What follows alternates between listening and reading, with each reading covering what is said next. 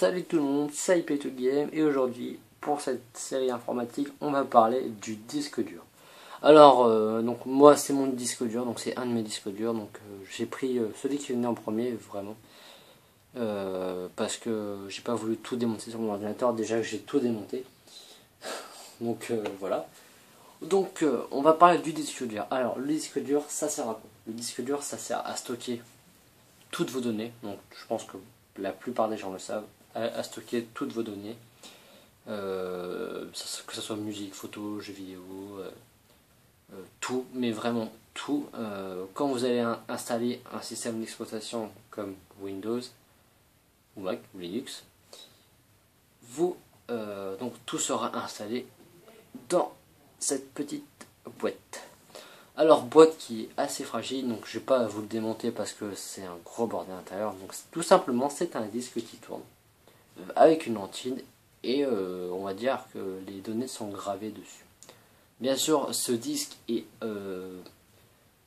réinscriptible, c'est-à-dire que vous pouvez l'effacer, remettre un nouvel système d'exploitation, le réeffacer, en remettre encore un nouveau, le mettre comme disque dur externe. Vous pouvez faire ce que vous voulez avec, sauf le jeter par la fenêtre parce que c'est pas conseillé pour le disque dur. Ensuite, on va parler des connectiques donc du disque dur. Quelles sont les différentes connectiques, les anciennes connectiques qu'il y avait avant. Et on verra après aussi d'autres choses. Donc j'ai un peu plus rapproché le disque dur pour vous montrer les connectiques. Alors, en connectique, qu'est-ce qu'on a? On a les ports SATA. Donc les connectiques SATA, c'est celle-ci. Alors je vais essayer de choper un câble SATA pour vous montrer à quoi ça ressemble. Est-ce que j'en ai un ici? J'en ai un ici, c'est top. Un câble SATA, ça ressemble à ça. Voilà, ça ressemble à ça un câble SATA, c'est comme ça, tout simplement. C'est assez fragile parce que, comme vous voyez, c'est plat. C'est très fragile comme câble et il va se connecter dessus. Donc voilà. Ensuite, on a une autre connectique qui va permettre d'alimenter notre disque dur. C'est une connectique SATA aussi. Mais pour l'alimentation, on a deux types de connectiques. Donc le SATA pour les données et le SATA pour l'alimentation. Ici, on a une ancienne connectique dont le nom ne m'est pas évoqué. Donc qui apparemment c'était pour aussi comment dire, le transfert de données avec les anciens ordinateurs, il me semble que c'est ça. Mais il me semble que c'est plus d'actualité parce que ça a été justement ça a été remplacé par le SATA.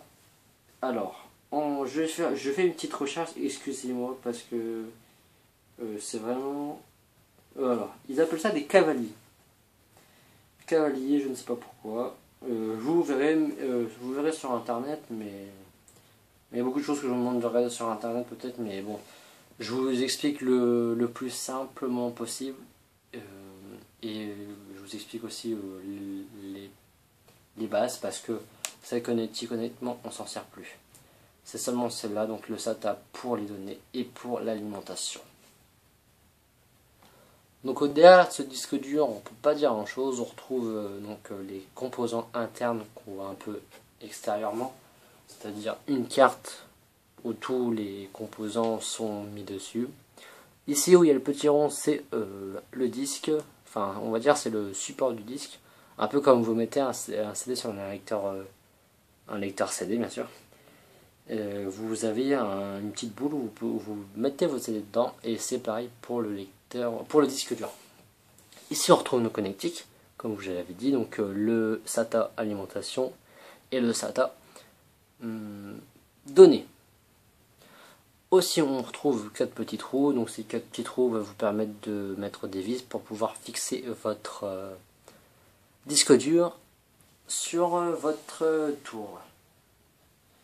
Donc voilà, c'est tout pour aujourd'hui, donc on se retrouve pour une prochaine vidéo. N'hésitez pas à vous abonner, à aimer cette vidéo, j'espère que ça vous a plu surtout, donc n'hésitez pas à faire tout ça, ça fait vachement plaisir. J'espère pouvoir qu'on me donne envie de pouvoir continuer, parce que j'espère que ça va marcher. Parce que j'ai vraiment envie de vous faire partager cette passion que j'ai de l'informatique. Donc c'est Alex pour Pay to Game. Salut!